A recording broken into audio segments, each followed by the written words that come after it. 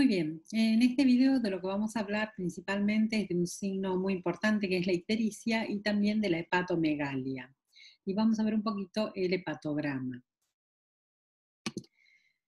Con respecto a las ictericias, podemos clasificarlas en prehepáticas, hepáticas, posthepáticas y vamos a hablar un poquito qué es la colestasis.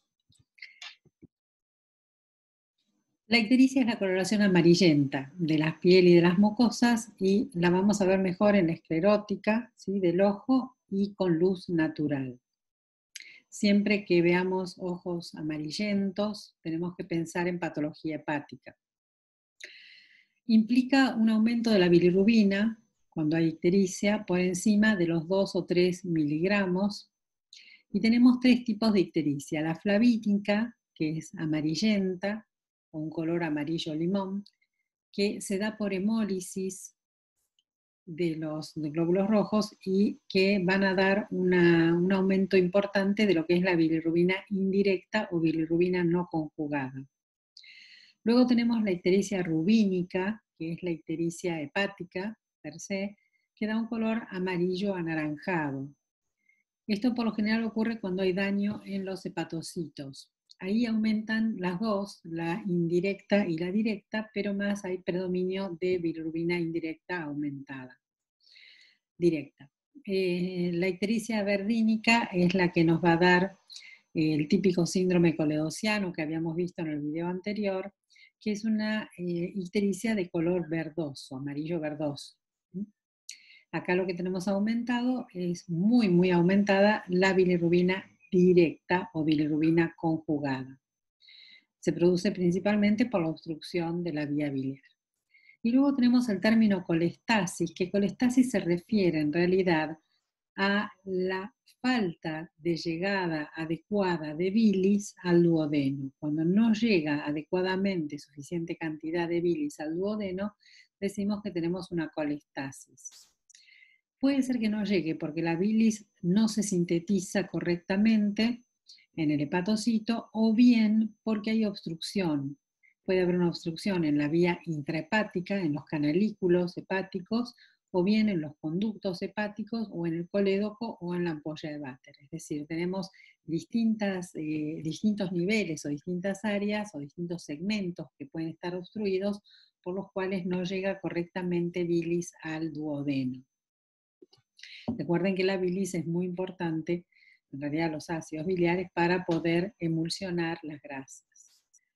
¿Cómo está formada la bilis? La bilis está formada principalmente por el colesterol, las sales biliares y la bilirrubina. Cuando esta composición se altera, lo que ocurre es que se precipita la bilis formando tapones de calcio. Se puede retener también muchas sales biliares en los hepatocitos y se puede tener colesterol que daña las membranas y agrava aún más la retención biliar. Las sales biliares, cuando no se pueden eliminar correctamente, pasan a la circulación y empiezan a depositarse en los tejidos. Esto es lo que produce el prurito palmoplantar. Es un prurito que no mejora con antihistamínicos, pero sí va a mejorar con opiáceos y con luz ultravioleta, que de hecho es el tratamiento justamente de la ictericia, la luz ultravioleta. No sé si ustedes han visto cuando cursaban pediatría, los bebés cuando nacen con ictericia los ponen en luz ultravioleta. La terapia lumínica justamente para tratar la ictericia. Aumenta también la colesterolemia, la lipoproteína X, que va a aumentar de manera normal y produce los xantomas eruptivos, pero lo pueden ver en los párpados, en los oídos, en las membranas en general, o donde hay más piel más fina. Y además la falta de bilis en el duodeno lo que causa es la típica mala absorción con déficit de las vitaminas liposolubles que son A, D, E y K. ¿Cuál es el metabolismo de la bilirrubina? ¿De dónde viene la bilirrubina? La bilirrubina viene de la hemólisis de los glóbulos rojos. Nosotros tenemos en el retículo endotelial la degradación de la hemoglobina que ya venía como producto de la hemólisis de los glóbulos rojos en el vaso, y esto pasa a llamarse bilirrubina no conjugada. Esta bilirrubina no conjugada o bilirrubina indirecta es la que va a aumentar cuando yo tengo causas de ictericia prehepáticas. Ahora bien, en el hígado, la bilirrubina indirecta, que es producto de esta hemólisis de los glóbulos rojos, viene a conjugarse por una enzima que se llama glucuroniltransferasa. Esta enzima, a veces, en algunas patologías, está defectuosa o no está presente. Entonces, si ustedes tienen una persona que tiene un síndrome de Gilbert, que tiene un problema con esta enzima, no va a conjugar correctamente la bilirrubina. Entonces va a tener niveles más elevados de bilirrubina indirecta. Entonces, una vez que la bilirrubina se conjuga por la glucuroniltransferasa en el hígado, pasa a llamarse bilirrubina conjugada o bilirrubina directa. Entonces, recuerden que la bilirrubina no conjugada o bilirrubina indirecta va a aumentar cuando tenemos ictericias de causa prehepática. Cuando la ictericia es hepática, puede ser que tengamos algún problema aquí, en el hígado, problema en los hepatocitos dañados y en la conjugación de la bilirrubina y que tengamos aumentadas las dos. Y todo lo que es de causa posthepática, la ictericia posthepática, como puede ser la de un síndrome coledociano, es una obstrucción que está ya fuera del hígado, principalmente en los conductos hepáticos o en el coledo. Y nos da un aumento de la bilirrubina directa. Luego esta bilirrubina directa o conjugada va a seguir distintos caminos. Por un lado, por el intestino delgado, va a pasar una parte al intestino grueso y otra parte va a volver por la vena porta y hace el circuito enterohepático. Y luego se elimina por riñón. Y la que pasa al intestino grueso la vamos a eliminar por materia fecal.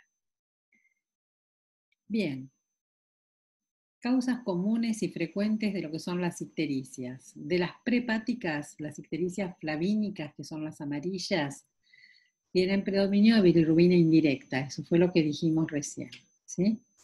Puede ser principalmente por problemas de aumento de hemólisis en las talasemias, en las drepanocitosis, en las esferocitosis, son todo tipo de anemias hemolíticas, anticuerpos contra glóbulos rojos, hemoglobinuria paroxística nocturna, a otras anemias como la microangiopática que vemos en los pacientes diabéticos.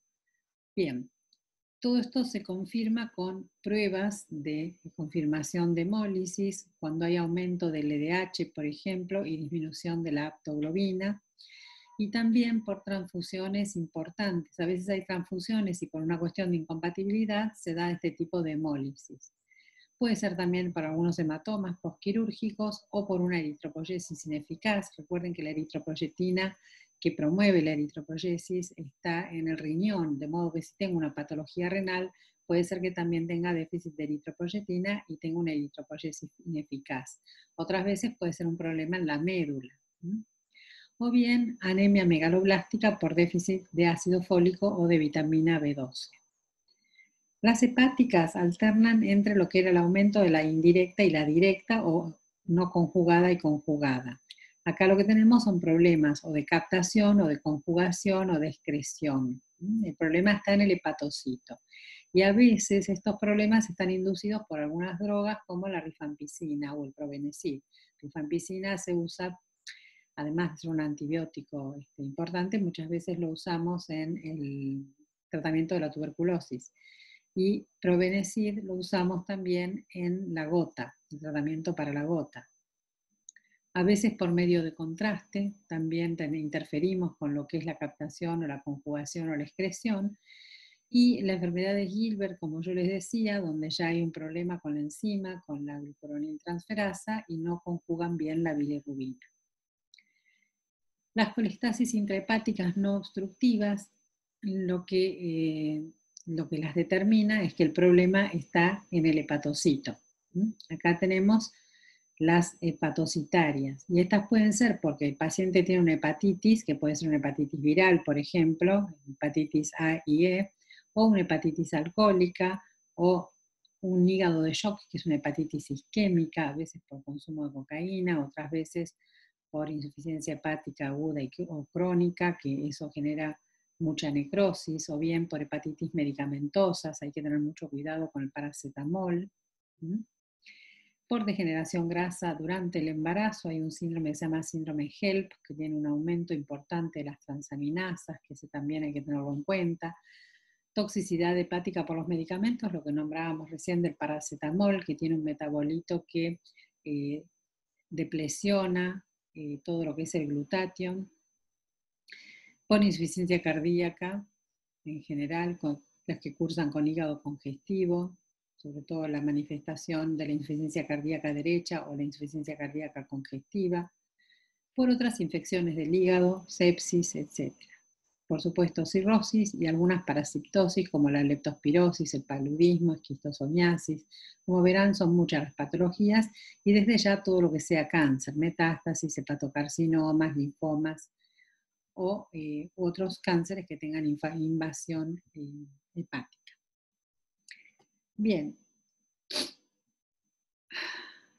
las que comprenden las colestasis intrahepáticas obstructivas, tenemos la cirrosis biliar primaria, porque es una enfermedad autoinmune, un tipo de hepatitis autoinmune, y tiene un marcador que se llama anticuerpo antimitocondrial. Es positivo en el 95% de los casos. También tenemos lo que es la colangitis esclerosante, que la asociábamos con la colitis ulcerosa, y la colangitis en pacientes HIV positivos, o por granulomas, o por metástasis, infecciones, abscesos. Pueden haber muchas causas obstructivas intrahepáticas, un quiste datídico, pueden ser muchas causas. Las posthepáticas es un sinónimo de lo que era el síndrome coledociano, y ya vimos que la mayoría son por cálculos. Son cálculos que salieron de la vesícula y se enclavaron en alguna parte del coledo.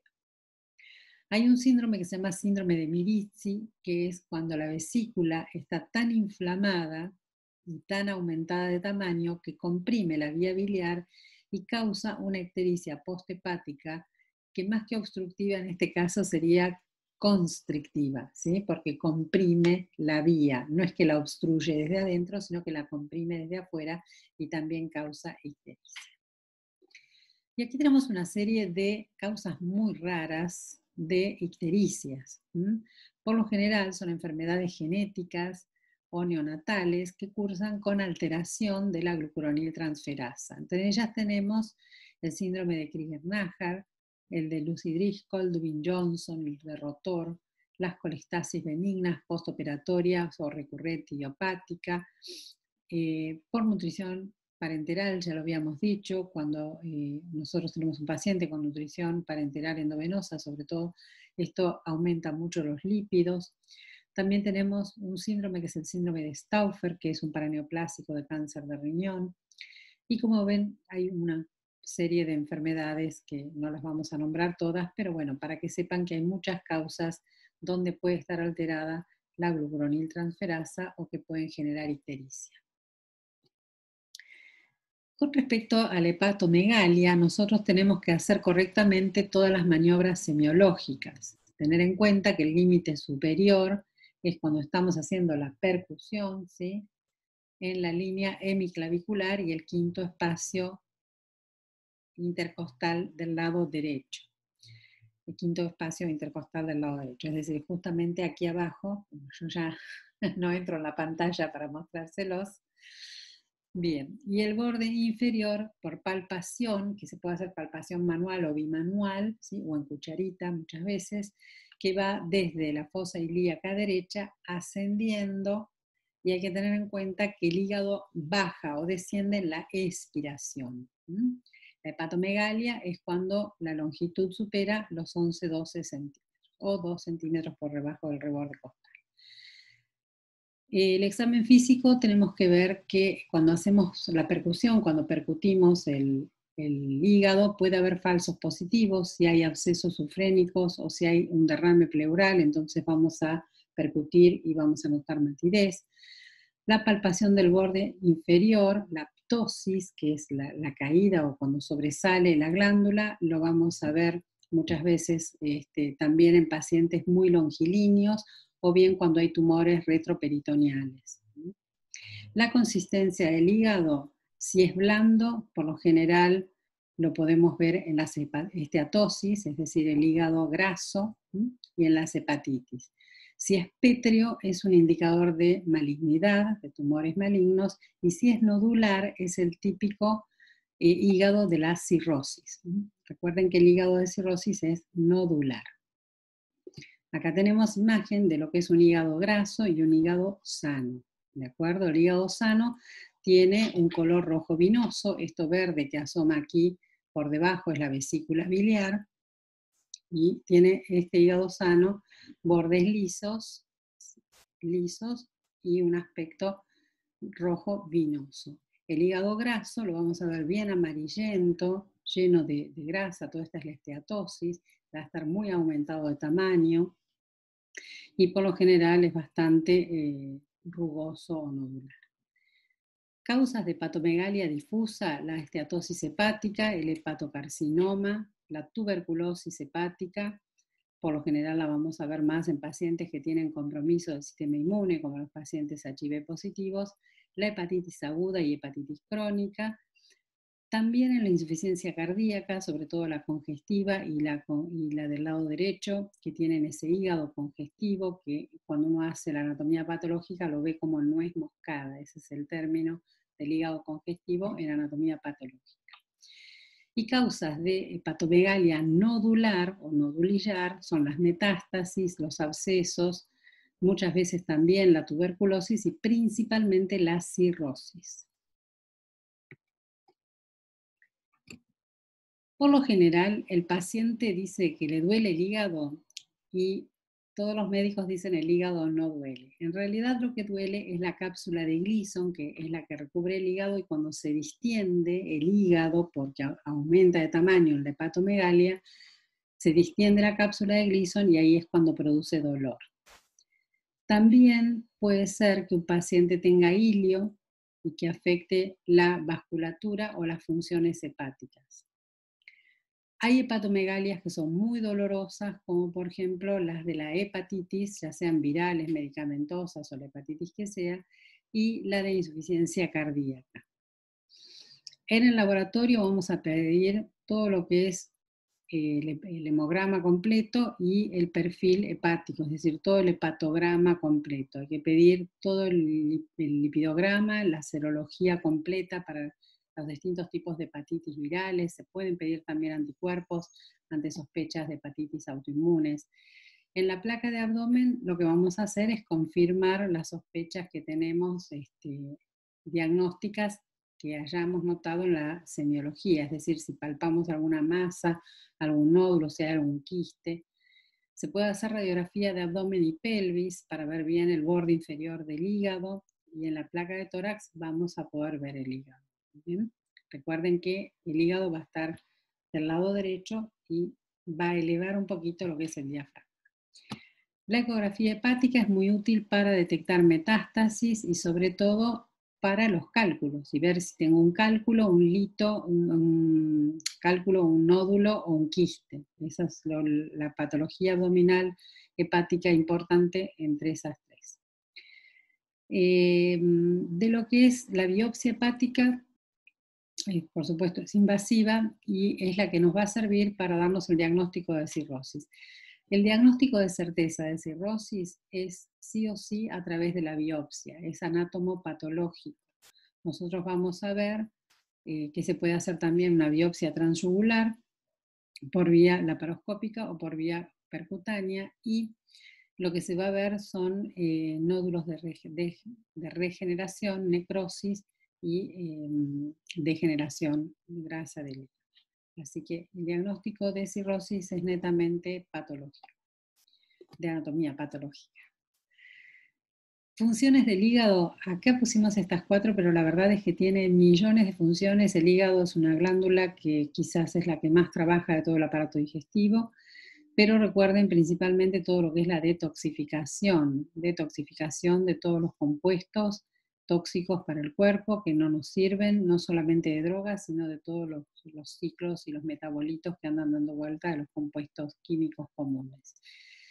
También metaboliza los fármacos, hay muchos fármacos que tienen un primer paso hepático en su metabolismo, la síntesis de bilis, la síntesis de glucógeno, tiene un montón de síntesis de factores de coagulación, de vitaminas, un montón de funciones importantes. También hay que recordar que las manifestaciones hepáticas suelen ser sistémicas y que la insuficiencia aorta y tricuspidia producen signos de hígado que late, son pulsaciones. Las imágenes normalmente no nos suelen dar un diagnóstico de certeza, sino que apoyan el diagnóstico que uno haya hecho o son complementarias a cualquier diagnóstico que uno ya haya hecho clínico general. Y en el hepatograma, ¿qué es lo que vamos a pedir? Bueno, el hepatograma es un análisis muy rico que nos va a dar mucha información, un análisis de laboratorio donde vamos a ver bilirrubina total, bilirrubina fraccionada, es decir, vamos a pedir la indirecta, la directa, vamos a ver las transaminasas, ¿sí? Los valores normales oscilan entre 30 y 40, y vamos a pedir otras enzimas, como es la fosfatasa alcalina, la 5-nucleotidasa y la gamma-GT. Las transaminasas, ¿sí? La GOT y la GPT, van a estar aumentadas con valores de 500 aproximadamente en las hepatitis virales. Cuando tienen valores menores a 200, por lo general son hepatitis medicamentosas. Los pacientes alcohólicos van a estar entre 300, 500 o menos.